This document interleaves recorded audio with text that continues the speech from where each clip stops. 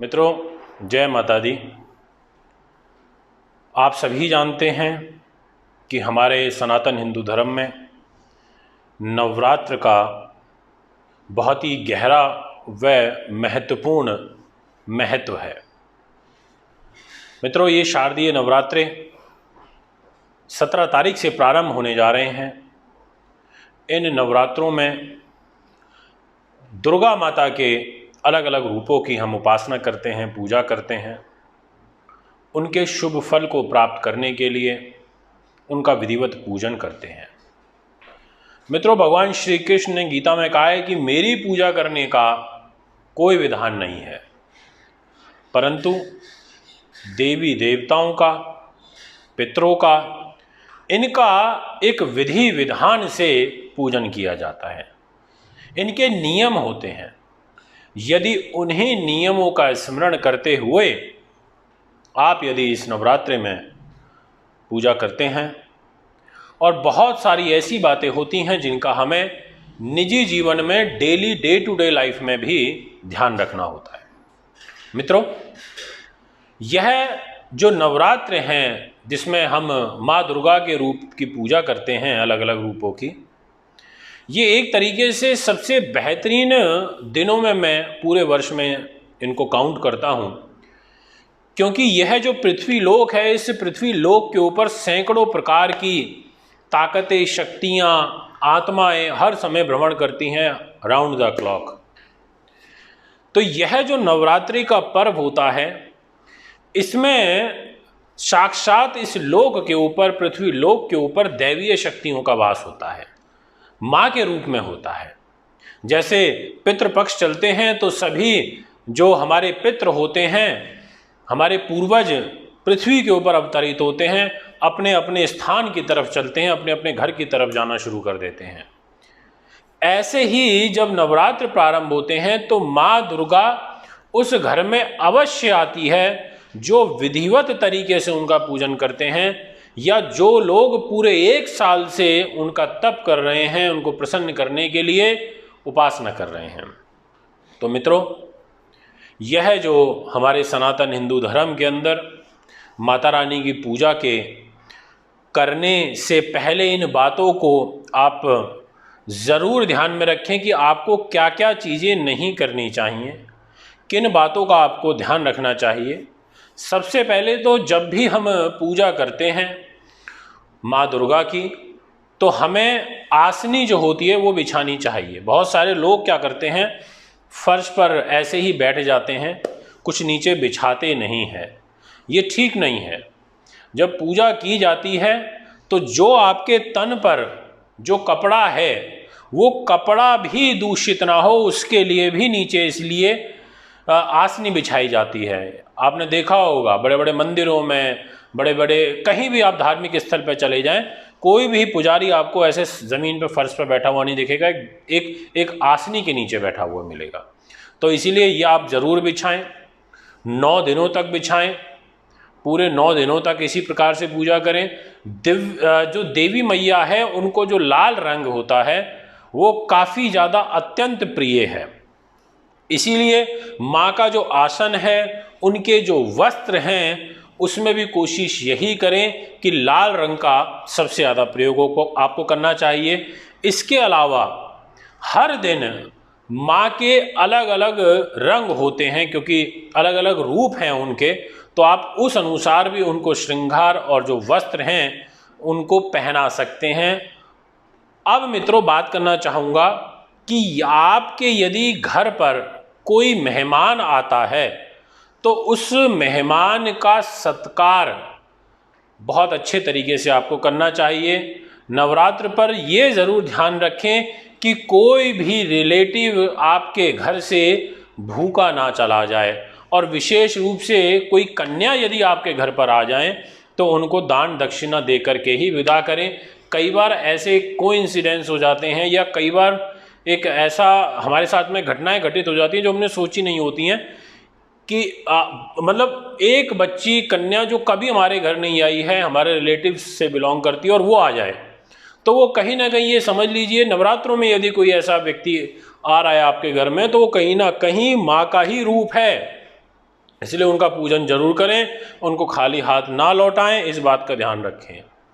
और माँ का भोग, क्योंकि पूजा में भोग तो अवश्य लगता है, तो नवरात्र पर माँ के मंदिर में अनाज का जो भोग है वो कतई भूल करके भी ना चढ़ाएं उनको, क्योंकि अनाज तो वर्जित ही होता है, इसमें ये तो हमें खाना ही नहीं होता है। अब हम व्रत करते हैं या नहीं करते वो विषय अलग है, लेकिन नवरात्र के दौरान आपको कैंची का भी प्रयोग नहीं करना है। इसके अलावा आपको बाल हो गई, दाढ़ी हो गई, नाखून हो गए, ऐसी सब चीज़ें भी नहीं कटवानी चाहिए। दोस्तों, ब्रह्मचर्य व्रत का जितना हो सके उतना पालन करें। यदि आप पूरे 9 के 9 व्रत रखते हैं बहुत अच्छी बात है, आप अपना तपोबल बढ़ाएं, अन्यथा स्टार्टिंग का और एंड का आपके लिए रखना ठीक रहेगा। इसके अलावा आपको बहुत सारी चीज़ें हैं जिनमें आपको ध्यान रखना होता है। महिलाओं का यदि कोई मासिक धर्म चल रहा है तो ऐसी स्थिति में उनको पूजा अर्चना नहीं करनी चाहिए, उससे दूरी बना के रखनी चाहिए। आपको पूरे के पूरे जो फास्ट होते हैं वो आप ना ही करें तो ज़्यादा अच्छा रहेगा। मित्रों, इसके अलावा मैं उन लोगों से ये आग्रह करना चाहता हूँ जो लोग हर समय या हमेशा सारे नवरात्र रखते हैं, वो लोग अपनी दैनिक दिनचर्या में डे टू डे लाइफ के अंदर फिर चमड़े के जूते जो होते हैं उनका प्रयोग छोड़ दें। चप्पल, विशेष रूप से चमड़े की, बेल्ट, ये नहीं आपको इस्तेमाल करनी चाहिए चमड़े की। सनातन धर्म के अंदर शुभ कार्य में काला जो रंग होता है उसको परहेज़ किया जाता है, नीला रंग जो होता है उससे परहेज़ किया जाता है। इसलिए नवरात्र के दौरान काले और नीले रंग के जो कपड़े होते हैं इस प्रकार के वस्त्र नहीं धारण करने चाहिए। और अपनी बॉडी का जो एनवायरनमेंट है, उसका जो पॉजिटिव वाइब्रेशंस हैं वो तभी हमारी मजबूत होती हैं जब हम अच्छा सोचते हैं। तो अच्छा सोचना है, दुर्गा सप्तशती का पाठ करना है और ये सब चीज़ें आपके लिए अच्छी रहेंगी, ये आपको करनी चाहिए। मित्रों, अब मैं आपको बताना चाहता हूँ, बहुत सारे लोग ये जानते ही नहीं हैं, जो मैंने नोटिस किया है कि पूजा करने का एक विधान क्या होता है। आप वैदिक मंत्रोच्चार की तो मैं यहाँ बात नहीं करूँगा, क्योंकि वो तो हर कोई ना बोल सकता, ना हर किसी को वो समझ में आते हैं। मैं आपको जर्नल एक बात कहना चाहता हूँ कि आपको पूजा किस प्रकार से करनी चाहिए जब आप माँ की पूजा करते हैं। अब वैसे तो वैदिक मंत्रोपचार से पूजा तो ब्राह्मण के द्वारा होती है, जिसमें मंत्रों का प्रयोग किया जाता है। अब आप स्वयं यदि अपने घर में पूजा कर रहे हैं तो आपको ये पता होना चाहिए कि सबसे पहले पूजा में हमें किन बातों का ध्यान रखना चाहिए। तो मैं आपसे यही कहना चाहूँगा कि जिस प्रकार से हम स्वयं अपने आप को नीट एंड क्लीन करते हैं, स्नान करते हैं, अच्छे वस्त्र पहनते हैं, है ना, तो ऐसे ही उस स्थान को क्लीन करते हैं जहाँ हम बैठे हैं। तो मित्रों, इसी प्रकार से हमारे जो 5 तत्व होते हैं, अग्नि, पृथ्वी, वायु, जल और आकाश, इन 5 तत्वों से सबसे पहले आज्ञा ली जाती है। सबसे पहले आज्ञा ली जाती है पृथ्वी माँ से कि हे पृथ्वी माँ, आप आज्ञा दीजिए, आज मैं आपका पूजन करना चाहता हूँ। आप आज्ञा जब तक नहीं देंगी तो मैं आगे कैसे बढ़ूंगा। अब मेरे घर में कोई मिलने के लिए आएगा, मैं अगर वो मेरे से आज्ञा लेके नहीं आता तो मैं नहीं मिलूंगा। तो ऐसे ही यहाँ पर सबसे पहले माँ से आज्ञा लें, धरती माता आप आज्ञा दीजिए।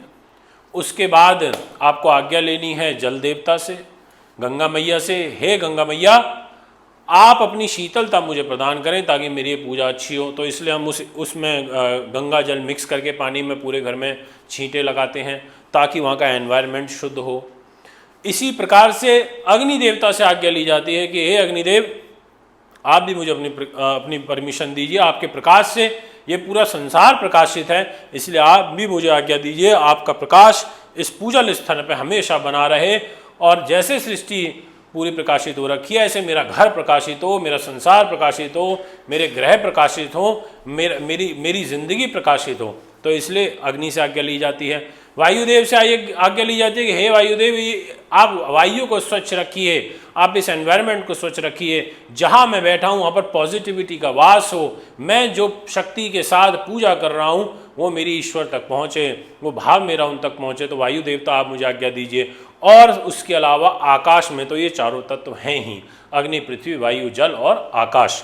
मित्रों, इन 5 एलिमेंट से ये शरीर बना है, ये 5 ही एलिमेंट इस नेचर के अंदर हैं। इन 5 एलिमेंट ही को ही हम लास्ट में समर्पित हो जाते हैं, इन पांचों तत्वों को समर्पित हो जाते हैं जब ये शरीर पूरा होता है। आत्मा तो अजर अमर है, वो तो एक स्थान से दूसरे, यानी कि एक शरीर से दूसरे शरीर में प्रवेश करेगी, परंतु एलिमेंट कभी नहीं खत्म होते। इसलिए मैं आपसे कहना चाहता हूँ कि सबसे पहले आप इन सबसे परमिशन लेनी है। जोत जलाएं, गंगा जल के छींटे डालें, धरती माता को प्रणाम करें, एक फूल रखें धरती माता पर और फिर उनको प्रणाम करते हुए सर झुका के नमस्कार करें, जोत को नमस्कार करें। जब दिया जलाएं तो उनके सामने प्रणाम करें। ऐसे ही जल के छींटे मार के हे गंगा मैया आप भी आज्ञा दे दीजिए। उसके बाद आपको फिर जो भी अपना पूजन करना है वो करिए, क्योंकि हर किसी का अपना अपना एक वे होता है। उसके बाद यहाँ पर आह्वान किया जाता है, आह्वान का मंत्र।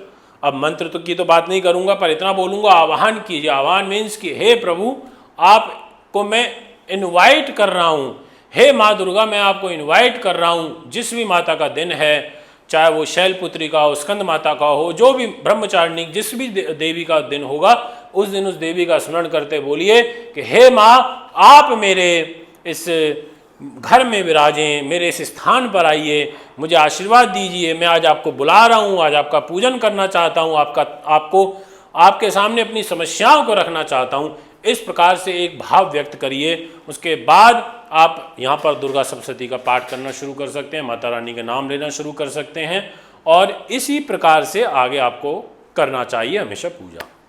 दोस्तों, उम्मीद करता हूँ वीडियो आपको पसंद आई होगी। आप हमसे मिलने के लिए कांटेक्ट कर सकते हैं। जल्दी एक और वीडियो लेके आपके सामने उपस्थित होऊंगा। नई नई जानकारियाँ आपको देता ही रहता हूँ। हमारा फेसबुक पेज है Astro24, यहाँ भी आप हमें जुड़ सकते हैं। यूट्यूब को जब सब्सक्राइब करें तो बेल आइकन का बटन दबाना ना भूलें। नमस्कार, धन्यवाद। तो अगर आप अपनी कुंडली दिखाना चाहते हैं तो एक कुंडली 2100 रुपये, व घर का नक्शा बनवाना या वास्तु विजिट या पूजा पाठ करवाना चाहते हैं तो आप हमें निम्न पते पर संपर्क कर सकते हैं। हमारा दिल्ली का पता है महर्षि पराशर ज्योतिष विद्यालय, C9 महिंद्रा पार्क, पंखा road, near Janakpuri C1 bus stand, new Delhi 59। Phone number 01125638157, 25638168।